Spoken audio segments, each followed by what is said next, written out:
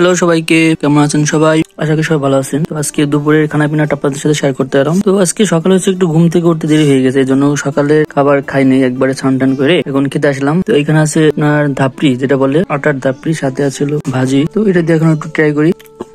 মজা। জিনিসটা রুটির মতোই, কিন্তু এটা আপনার আটা গোলাইয়া তারপরে এটা করিতে বাজে, মজা লাগে এটা আর কি। তো এই দাবড়িটা আপনার নিরামিষ হোক, সবজি অথবা মাংস দিয়েও খুব ভালো লাগে। বাজিটা ভালো হয়েছে, এটা সিম আলু, এটা খুব ভালো একটা বাজি। এখানে আছে ডেমি শাক, যেটাকে বলে তিতা শাক। এটা হচ্ছিল চিংড়ি ইলিশ মাছের মাথা লেজ দিয়ে। তিতা শাকও আমার খুব ফেভারিট। এটা হচ্ছে কুমড়া ফুলের বড়া। বড়াটা আপনারা যারা খাইছেন তারা বুঝবেন এর টেস্ট। ফুলের বড়া। এখানে হচ্ছিল আপনার ইলিশ মাছ দিয়ে সরষে ইলিশ করছে মা, তাকে ভাজি দিয়ে করে ভাত খাই। এই সিমটা আমার কাছে মজা লাগে।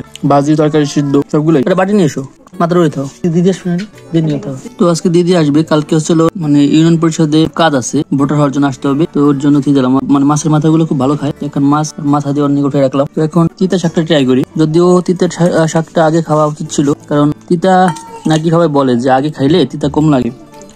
প্রথম অন্য কিছু খাওয়ার পর তিতা খাইলে তিতা নাকি বেশি মানে বেশি তিতা লাগে। যাই হোক, ভুলে গেছে, আগে এটা খাওয়া উচিত ছিল। আসলে তিতা খাওয়ার আমার খুবই অভ্যাস আছে, আমি অনেক মানে হাই লেভেলের তিতা খেতে পারি। যেমন আপনার নিম পাতা চাবাই খেয়েছি আমি, তারপরে সেপাল ফুলের পাতা চাবাই খেয়েছি। তো সেই ক্ষেত্রে তিতা আমার কাছে খারাপ লাগে না, ভালোই লাগে। আমি খুব ছোট থেকে তিতা খেতে খুব পছন্দ করি। মাছ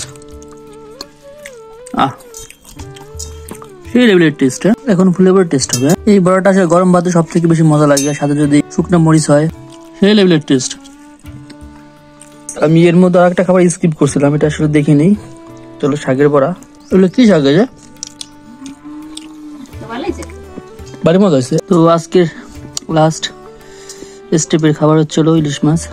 ইলিশ মাছ আমাদের বাজারে সবসময় বেশি পাওয়া যায় না। কালকে তো পাইছিল, বেশি বড় না, ছোট সাইজে। তো এটা আনছিল, সর্ষে ইলিশ করছে এটারই। দেখি এখন ট্রাই করে। সরিষার যে একটা ঝাঁজ, সেই ঝাঁজটা খুব পাওয়া যাচ্ছে এটাই। সর্ষে ইলিশের স্বাদ দিয়ে আলাদা, কিন্তু আগের ইলিশের মতো ইলিশ নেই। আগের যেটা ইলিশের গ্রাম ছিল, সেই গ্রামটা মানে পাওয়া যায় বেশি। সবকিছু বেজাল, সেই ক্রমে ইলিশ মাছও বেজাল, ফরমালিন ইলিশ। তো গাইস, আজকের খাবারটাই মোটামুটি তো খুব ভালো ছিল। ভাজা ভুজি, বড়া সব মিলিয়ে খুব টেস্ট ছিল সবগুলোই।